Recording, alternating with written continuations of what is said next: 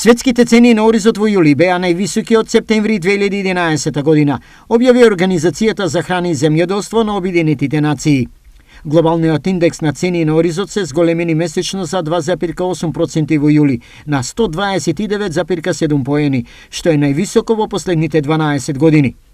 Дали досега невисоките цени на оризот за овој период ќе им донесат нешто добро на кочанските производители? Ние се надеваме да, меѓутоа откупувачите на место да зголема цената од 41 падна на 32-30 динара за оризовар. Нема што да се надеваме. Значи тоа значи дека некој се игра со маката на земјоделците, а тоа е само една мала група на откупувачи кои се независни од никој што сака тоа прават со нас.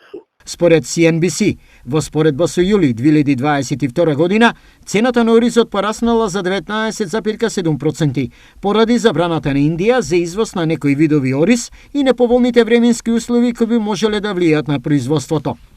Причина за ваквата тенденција според ФАО е следново. Некои добавувачи се загрижени за потенцијалното негативно влијание на климатскиот феномен Ел Ниньо врз производството на ориз, како и за прекинот на жетвата во Виетнам поради дождовите, што ги зголеми цените. Се објаснува во извештајот.